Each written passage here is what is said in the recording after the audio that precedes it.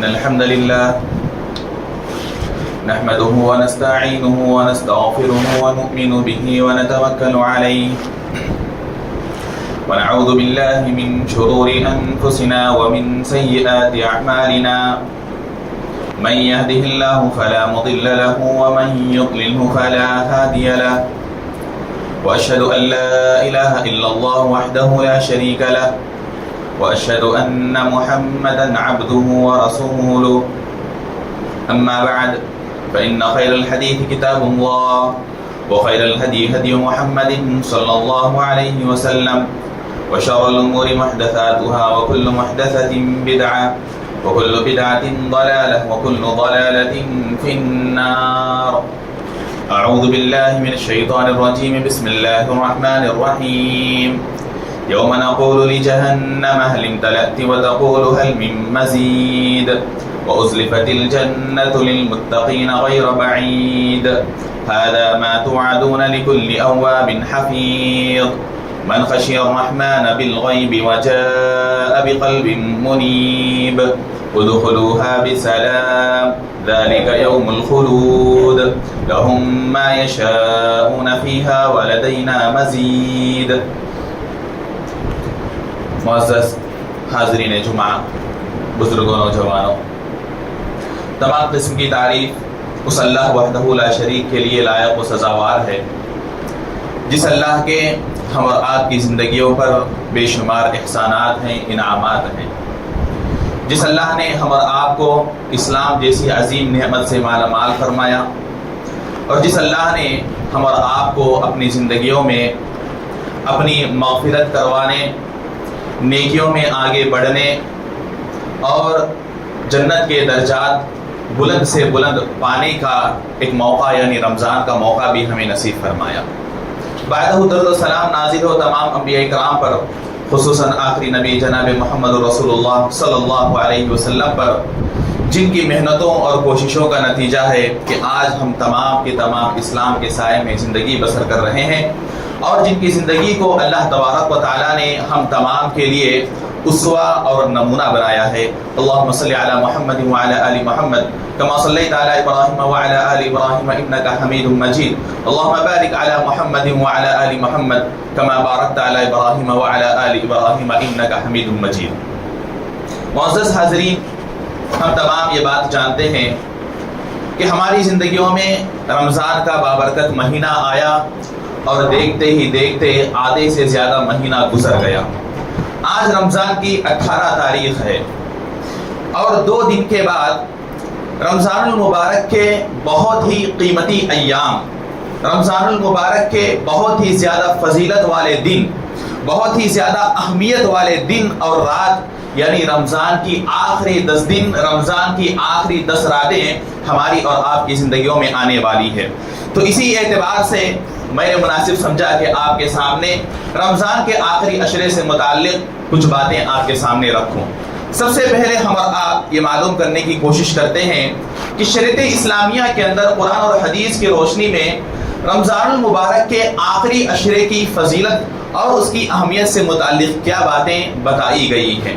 ہم اور آپ یہ بات جانتے ہیں، ہمیشہ سنتے رہتے ہیں کہ اللہ تبارک و تعالیٰ نے قرآن مجید کو رمضان المبارک کی لیلۃ القدر میں نازل فرمایا. انا انزلناہ فی لیلۃ القدر، ہم نے اس قرآن کو لیلۃ القدر میں نازل فرمایا. وما ادراک ما لیلۃ القدر، اور آپ کو کیا پتا کہ لیلۃ القدر کیا ہے، اس کی اہمیت کیا ہے، اس کی قیمت کیا ہے.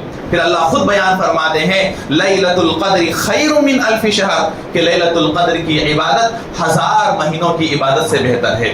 تو یہ جو رات ہے، جس رات اللہ تبارک و تعالیٰ نے قرآن مجید کو نازل فرمایا، جس رات کی عبادت 1000 مہینوں کی عبادت سے بہتر ہے، ایسی رات انہی رمضان کے آخری 10 راتوں کے اندر آنے والی ہے. اسی طرح جب رمضان المبارک کے آخری 10 دن نبی صلی اللہ علیہ وسلم کی زندگی میں آیا کرتے تھے، تو اللہ کے نبی صلی اللہ علیہ وسلم کے تعلق سے حضرت عائشہ رضی اللہ عنہا بیان فرماتی ہیں کہ اللہ کے نبی صلی اللہ علیہ وسلم کان یجتہد فی العشر الاواخر ما لا یجتہد فی غیرہ، کہ اللہ کے نبی صلی اللہ علیہ وسلم آخری 10 راتوں میں جتنی محنت کرتے تھے عبادتوں کے اندر، قیام اللیل کے اندر، اللہ تبارک و تعالیٰ سے اپنے گناہوں کی معافی فرمانے کے تعلق سے، اسی طرح قرآن کی تلاوت، جو بھی عبادتیں ہو آخری 10 دنوں میں اللہ کے نبی جتنی عبادت ان 10 راتوں میں کرتے تھے کسی اور دنوں میں اتنی عبادت نہیں کیا کرتے تھے۔ اور ایک حدیث میں بات بھی آتی ہے کہ اللہ کے نبی صلی اللہ علیہ وسلم کے تعلق سے بات بتائی جاتی ہے، اذا دخل العشر الاواخر، جب آخری 10 راتیں داخل ہو جاتی،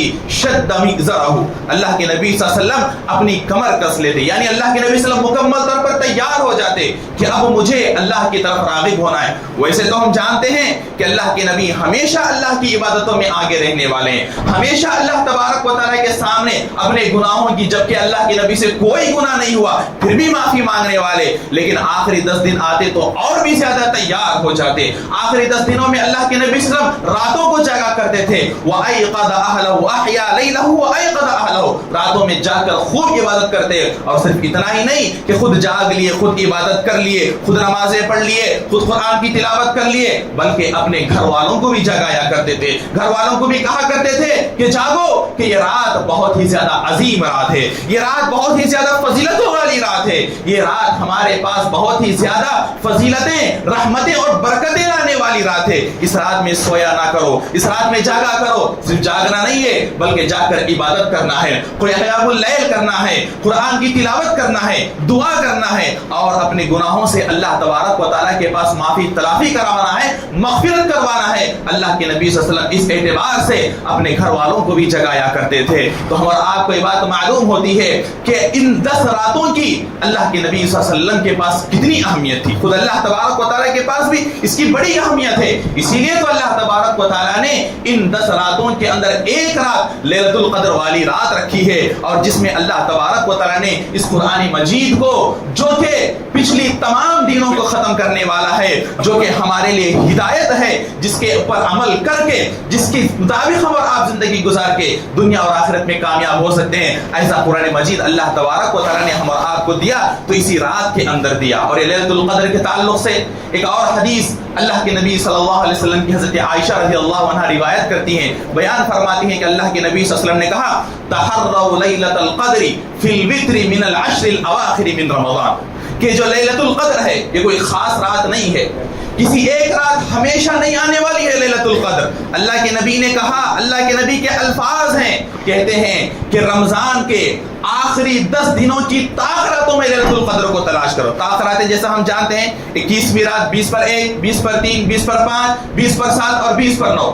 یہ جو طاق راتیں ہیں اللہ کے نبی نے کہا کہ ان طاق راتوں کے اندر تم لیلۃ القدر کو تلاش کرو۔ یعنی علماء اس حدیث کی روشنی میں ہم اور آپ کو یہ بات بتاتے ہیں کہ لیلۃ القدر ہمیشہ ہر سال کسی ایک رات متعین نہیں ہوتی، کبھی 21ویں رات کو ہو سکتی ہے، کبھی 20 پر 1، کبھی 20 پر 3، کبھی 20 پر 5، اس طرح سے یہ رات مختلف راتوں کے اندر آتی رہتی ہے۔ کسی ایک رات کو خاص کر کے اسی ایک رات عبادت کرنا، باقی راتوں کو نظر انداز کر دینا، باقی راتوں میں عبادت نہ کرنا، یہ ایک مسلمان کا شیوا نہیں ہو سکتا، اور اگر ہم نے ایسا کیا تو بہت ہی عین ممکن ہے کہ ہم سے لیلۃ القدر فوت ہو جائے، ہم سے لیلۃ القدر فوت ہو جائے، ہم سمجھتے رہیں گے کہ ہاں یہی رات لیلۃ القدر والی رات ہے، اس رات کو میں نے جاگ لیا، اس رات کو میں نے عبادت کر لیا، مجھے لیلۃ القدر مل گئی۔ ہم اور آپ غلط فہمی کے شکار ہیں، ہو سکتا ہے کہ کسی سال اس رات میں لیلۃ القدر آ جائے، لیکن ایسا ضروری نہیں کہ ہر سال اسی رات لیلۃ القدر آئے۔ کیوں؟ کیونکہ اللہ کے نبی نے کہا کہ تم تلاش کرو، تم کسی بھی رات میں یہ لیلۃ القدر ہو سکتی ہے، لہٰذا تم تلاش کرو، کبھی 21 کو ہوگی، کبھی 23 کو ہوگی، کبھی 25 کو ہوگی، اس طرح یہ بدلتی رہے گی، تم تلاش کرو اور لیلۃ القدر کو حاصل کر لو، اس میں عبادت کرو، خوب جتنی عبادت کر سکنا ہے کرو، اور لیلۃ القدر کی اس فضیلت کو حاصل کر لو۔ محترم حاضرین، یہ بات ہم اور آپ جانتے ہیں کہ اللہ تبارک و تعالیٰ نے پچھلی امتیں جو ہوا کرتی تھی انہیں بڑی لمبی لمبی عمریں اللہ نے عطا فرمائی تھی، 500 سال، 600 سال، 700 سال، 800 سال، 1000 سال، اتنی عمریں ان کو ملا کرتی تھی۔ اللہ کے نبی صلی اللہ علیہ وسلم جب بنو اسرائیل کے پچھلی امتوں کے واقعات سنایا کرتے کہ پہلی امتوں کے اندر ایک آدمی تھا جس کی عمر اتنی زیادہ تھی، 400 سال اس نے اللہ کی عبادت کی، 1000 سال اس نے اللہ کی عبادت کی۔ صحابہ کرام پریشان ہو جایا کرتے تھے کہ ان کو تو 400 سال، 500 سال، 600 سال، اور ہم کو 40 سال، 50 سال، 60 سال، یعنی ہم سے زیادہ 10 گنا زیادہ ان کو عمر مل رہی ہے۔ صحابہ کرام کی ایک فکر تھی، صحابہ کرام کی فکر تھی کہ وہ اتنی زیادہ عمر پا کر اللہ کی کتنی عبادت وہ کرنے والے ہوں گے، اور ہم کو اتنی کم عمر مل رہی ہے، ہم اتنی زیادہ عبادت کیسے کر پائیں گے کہ ہم ان کے برابر پہنچ جائیں یا ہم ان سے آگے پہنچ جائیں۔ صحابہ کی فکر، صحابہ کی سوچ ہمیشہ آخرت کو لے کر ہوا کرتی تھی کہ ہم آخرت میں کیسے کامیاب ہو جائیں،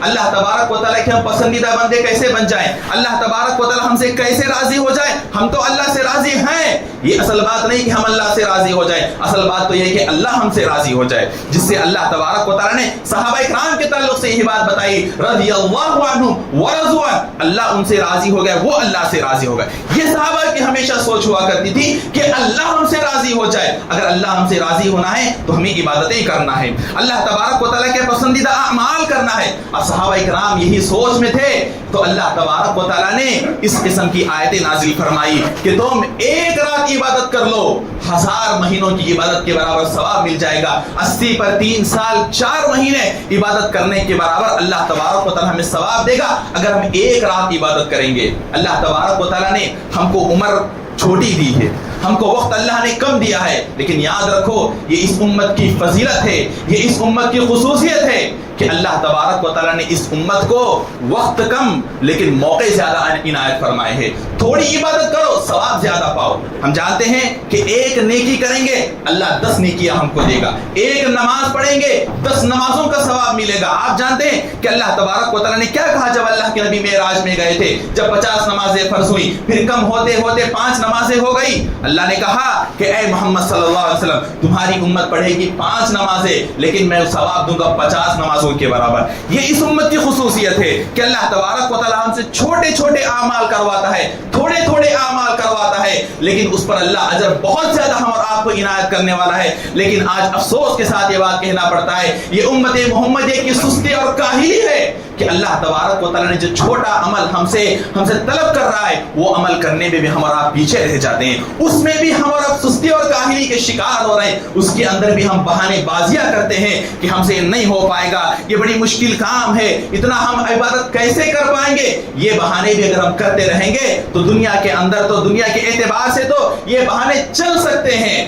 ہم نے سامنے والے کو اپنے بہانے سے مطمئن کر لیا، لیکن سوچو کہ اللہ کو ہم کیسے مطمئن کریں گے، اللہ کے سامنے ہم کیا جواب دیں گے کہ اللہ میں نہیں کر پایا، کہ اللہ ہماری بات کو سن لیں گے، کہ اللہ تبارک و تعالیٰ کے پاس ہمارا یہ جو ترک ہوگا، ہمارا جو سبب ہوگا، کہ یہ اللہ تبارک و تعالیٰ کے پاس چل جائے گا۔ یہ تمام بہانے اللہ کے پاس چلنے والے نہیں ہے۔ اللہ تبارک و تعالیٰ کہے گا ہم نے تو تم سے تھوڑا ہی تو مطالبہ کیا، ایک رات ہی تو عبادت کرنے کا مطالبہ کیا، ایک رات کے بدلے 1000 مہینے 80 پر 3 سال 4 مہینے کی عبادت کا ثواب دے رہے، اور تم سے ایک رات کی عبادت نہیں ہو پا رہی ہے۔ معزز حاضرین، یہ جو راتیں ہمارے زندگیوں میں ابھی آنے والی ہیں، ان راتوں کو غنیمت جانیں، ان راتوں میں عبادتیں کیا کریں۔ ان راتوں کے تعلق سے ایک اہم بات جو میں آپ کو بتانا چاہتا ہوں، ویسے تو آپ ہمیشہ سنتے رہتے ہیں لیکن یاد دہانی کے طور پر سن لیں کہ جو راتیں آنے والی ہیں ہمارے درمیان جاگنے کی رات کے نام سے مشہور ہے۔ ہم وہی کرتے ہیں، راتوں میں جاگتے ہیں، کھاتے ہیں، پیتے ہیں، اللہ کی نعمتوں سے فیض یاب ہوتے ہیں،